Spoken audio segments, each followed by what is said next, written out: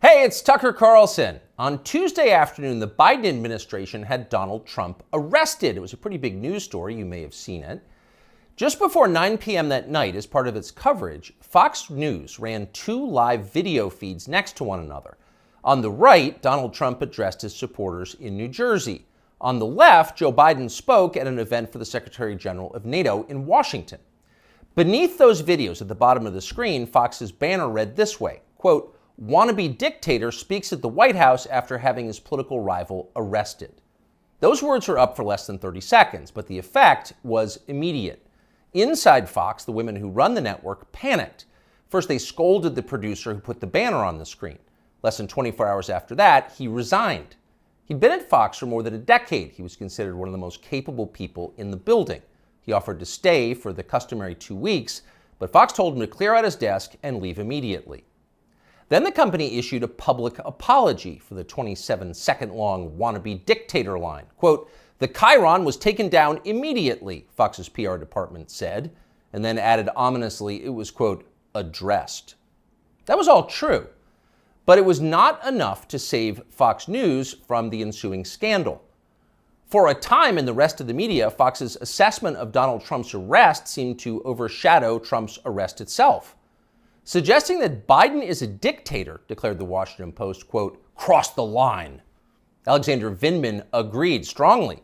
Vindman is the perennial MSNBC guest and full-time Ukraine promoter you may remember from Russiagate. On Twitter, he demanded that the Pentagon pull Fox News from all military bases. It is, quote, "absolutely unacceptable for American Forces Network to carry programming that directly, spuriously, attacks the commander-in-chief of American Armed Forces," Vindman wrote. In other words, Joe Biden must ban all criticism of himself because that's what non-dictators do. John Cusack went further still. "For the crime of calling Biden a dictator, Fox should be shut down," wrote the 80s-era movie star.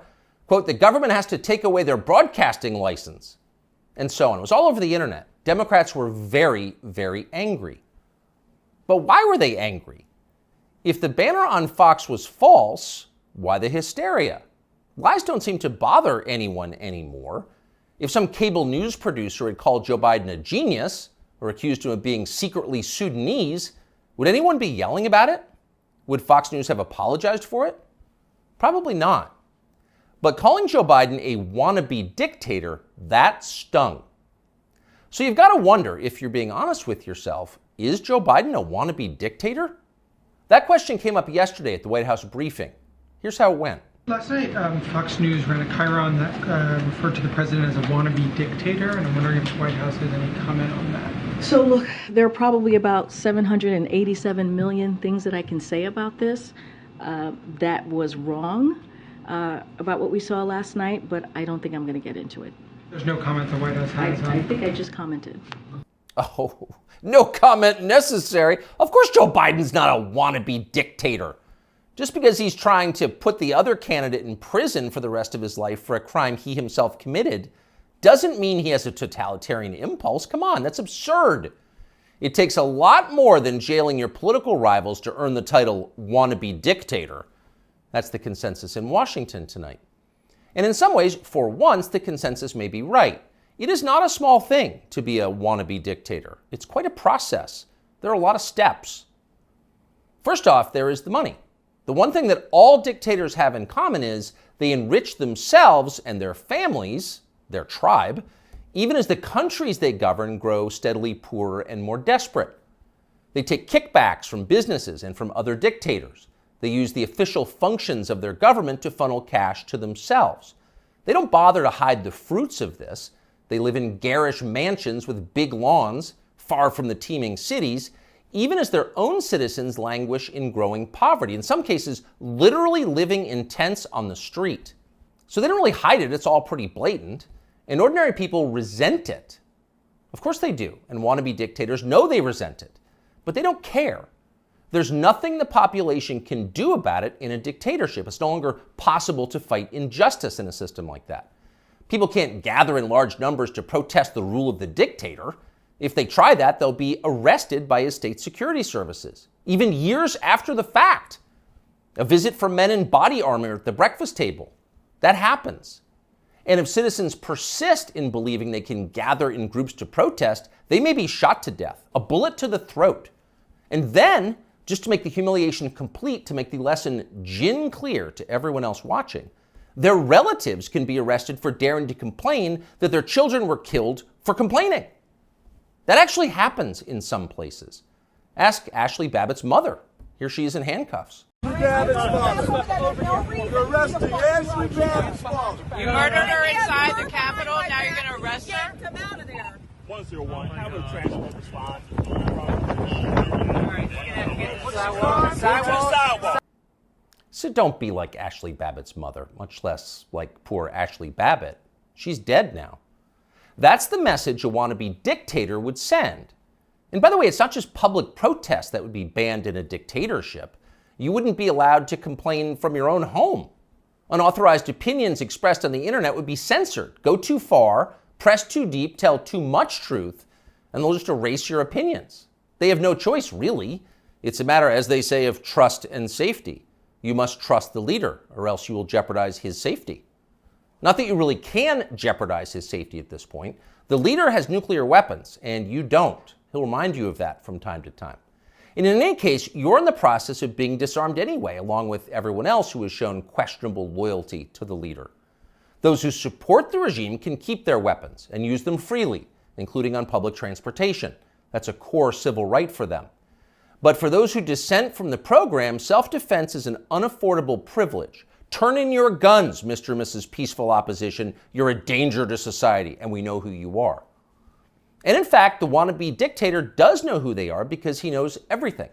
Technology has made him all-seeing. A report in Wired magazine just this week revealed that the highly non-dictatorial Biden administration is busy tracking the phones of millions of Americans without their knowledge and without bothering to get a warrant. And at the same time, the same non-dictatorial administration is stockpiling a massive trove of damaging information about these same Americans, to be used at some point, we are sure, for entirely noble purposes. So the administration now knows everything: where you spend your days, who you talk to, what you think, your porn habits. Not a big deal. The administration already knows what you buy, of course, because they've leaned on the big banks to turn over your confidential credit card information. Not because anyone here is a wannabe dictator, to be clear, but just because. It's nice to have that information, just in case, in the words of the Fox News PR department, a situation arises that needs to be, quote, addressed. It's all totally normal. It's not a dictatorship, okay? But in the end, the main reason you know Joe Biden is not a wannabe dictator is because he just does not fit the profile as a man. Dictators have that look. You know one when you see one. Dictators build cults of personality around themselves, and they use those cults to deny the glaringly obvious. In his later years, to name just one example, North Korean dictator Kim Il-sung developed an enormous baseball-sized tumor on the back of his neck. It was huge. It was grotesque. It was right there. You couldn't ignore it. You couldn't possibly not see it. But in North Korea, state media did ignore it. They pretended it didn't exist. And so, in some important sense, it didn't. If a tumor grows on a neck but no one acknowledges it, is it really there? Thankfully, nothing like that is happening in our country or ever will. If Joe Biden ever developed some profound physical or medical problem that was obvious to everybody, journalists would say something. This is not North Korea. We don't have state media here. If Joe Biden was, say, incapable of completing a full sentence, or mistook his sister for his wife, or suddenly started falling down in public for no reason, the New York Times would report on that and then get to the bottom of what was actually happening. That would be its duty in a free country like ours. It's not like they would cover it up. The very idea of a cover-up sounds like a conspiracy theory, a dangerous one, actually, so stop it. And by the way, if Joe Biden was a wannabe dictator, he'd have the family to match. All dictators do. Saddam Hussein had Uday and Qusay.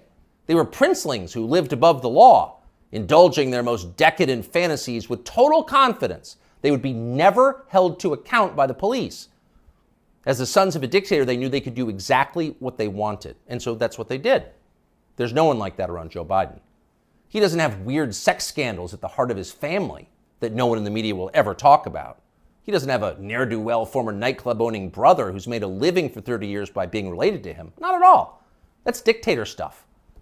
Joe Biden doesn't award ridiculous inflated titles to his relatives that the media are then required to take seriously. He doesn't call people doctor who didn't go to medical school and then force you to nod along like it's real when everyone knows it isn't. Nicolae Ceausescu did that with his wife Elena. Joe Biden would never do that. Nor does Joe Biden dress like a dictator. He doesn't do photo ops in mirrored sunglasses driving a sports car to convince you that he isn't frail and senile, but instead powerful, virile, and wise. That's just not his style. If Joe Biden was a dictator, he'd be wearing epaulets and carrying a tasseled riding crop, and he isn't yet, so calm down.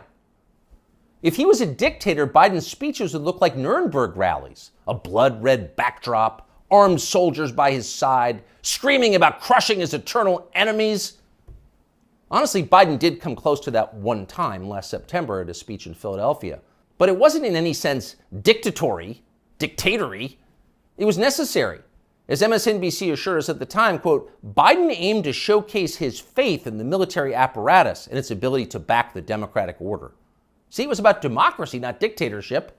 No cause for alarm. He is not a dictator. A dictator would stockpile ammunition for his own bureaucrats, including his tax collectors. He'd redefine the legal code to make disloyalty to the regime the most serious crime.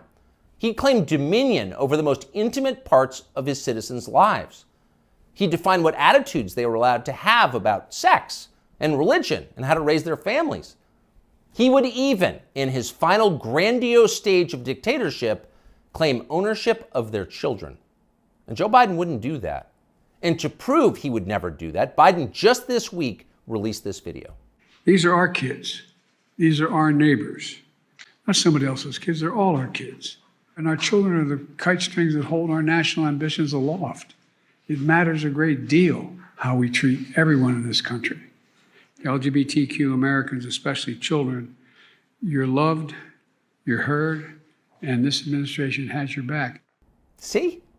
Joe Biden isn't saying your children belong to him like a dictator would. He's saying something very different from that. He's saying America's children are, quote, our children. Not his alone, ours.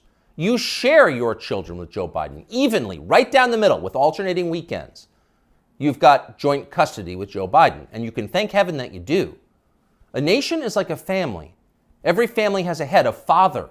That's Joe Biden, our nation's father. And this, ladies and gentlemen, is now his fatherland. Just don't call it a dictatorship, or we'll have to issue a statement disavowing you. Younger people say the news is full of lies. Kennedy's motorcade. 239 people. The death of Jeffrey Epstein.